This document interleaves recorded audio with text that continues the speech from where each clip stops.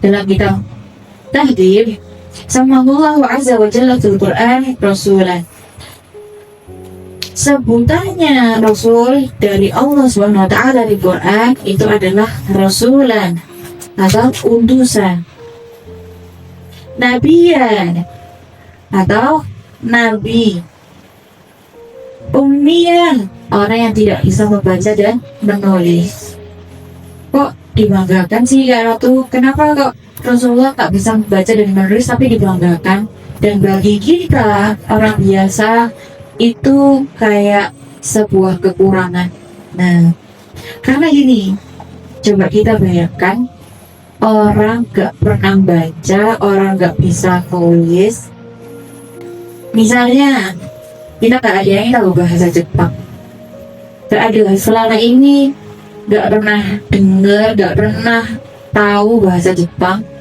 Tiba-tiba kita membicarakan, menjelaskan sesuatu dengan bahasa Jepang, nulis tak pernah, baca tak pernah, tiba-tiba apakah itu bukan suatu keajaiban? Misalnya kita tidur, kita nggak pernah tahu bahasa Jepang, nggak pernah, kita tidur tiba-tiba ngelindur ngomong bahasa Jepang panjang lebar. Kadang orang-orang kok hebat sih tidurnya ngelindur bahasa Jepang, ya. Nah, ini loh yang terjadi. Kan ini nggak sederhana itu, tapi sesuatu yang jauh lebih besar. Ya, Rasulullah tak bisa membaca, Rasulullah tidak bisa menulis. Turun kepada beliau Al-Quran.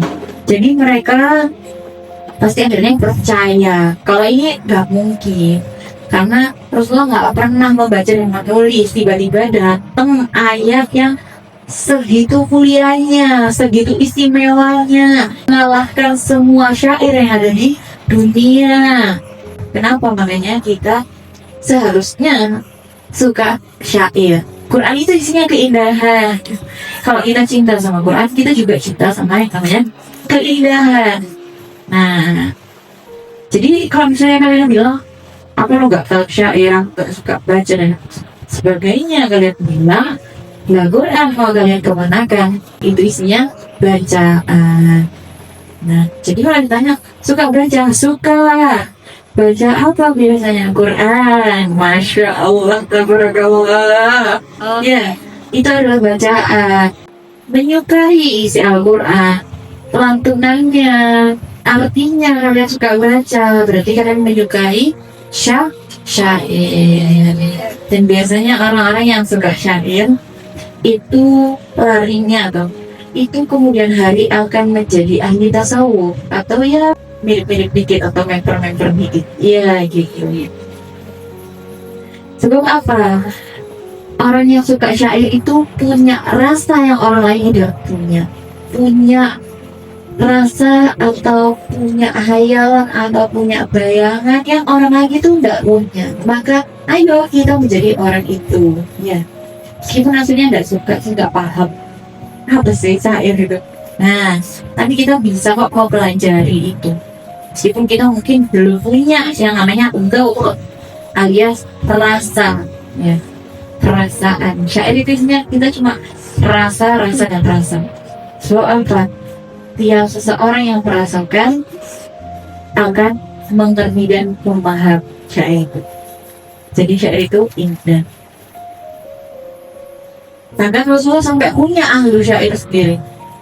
Rasulullah suka dibacain syair, dan Rasulullah suka mendengarkan Al-Quran dari orang lain. Untuk apa? Merasakan keindahannya. Jadi gak sekedar dari beliau sendiri, jadi pengen mendengarkan. Nah, jadi beliau tuh juga cinta sama keindahan. Nah, kita mau ngikutin beliau enggak gitu. Makanya ayo dari sekarang kita mulai mencintai keindahan yang mungkin sebelumnya kita nggak sadari. Keindahan apa? Banyak. Kita suka bersolek, tapi bukan buat ditunjukkan kepada laki-laki. Itu juga keindahan. Kita suka kebersihan, pokoknya semua yang bersih, itu juga keindahan. Kita suka bacaan, kita suka syair, termasuk tadi keindahan. Kita suka berbicara yang lembut dan ditata bahasanya, itu juga suatu keindahan. Kalian yang suka ini nggak boleh miring, itu nggak boleh miring, tapi tidak berlebihan sampai nggak boleh miring kabel, miring kabel bingung. Nah, itu juga keindahannya, semua tertata, semua rapi. Dan orang yang berwibawa itu kayak gimana sih?